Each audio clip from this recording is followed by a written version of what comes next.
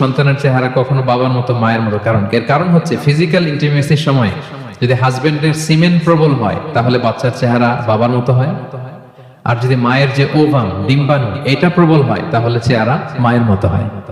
এই কথা শুনে আব্দুল্লাহ ইবনে সালাম চিৎকার দিয়ে উঠলো, সে বলল আশহাদু আল্লা ইলাহা ইল্লাল্লাহ ওয়া আশহাদু আন্নাকা রাসূলুল্লাহ।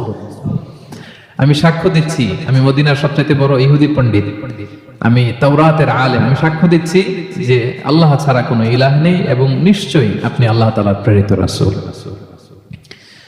তো এই হচ্ছে আব্দুল্লাহ ইবনে সালামের রাদিয়াল্লাহু তাআলা আনহু আরদার ইসলাম ধর্ম গ্রহণের ঘটনা। সন্তান যখন হয়, সন্তানের চেহারা কখনো হয় বাবার মতো, কখনো হয় মায়ের মতো, এর কারণটা কি? এই তিনটা প্রশ্নের উত্তর নবী ছাড়া কেউ জানে না। আপনি যদি নবী হন তাহলে বলেন। আপনাদের কি মনে হয় রাসূল সাল্লাল্লাহু আলাইহি ওয়াসাল্লাম বলতে পারবে নাকি? হ্যাঁ, পারবে। রাসূল সাল্লাল্লাহু আলাইহি ওয়াসাল্লাম বললেন, একটু আগেই জিবরাইল আলাইহিস সালাম এই তিনটা প্রশ্নের উত্তর আমাকে শুনিয়ে গিয়েছে। ওমা ইয়ানতিকু আনিল হাওয়া ইন হুয়া ইল্লা ওয়াহয়ুন ইউহা, তিনি বানিয়ে মন গড়া কিছু বলেন না, আল্লাহ তাআলার পক্ষ থেকে যে বার্তা আসে ওইটাই তিনি পৌঁছে দেন।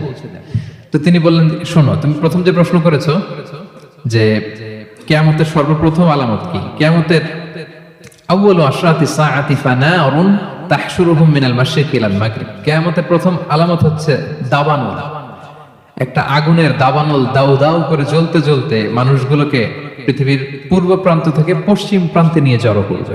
This is the first sign of কিয়ামা।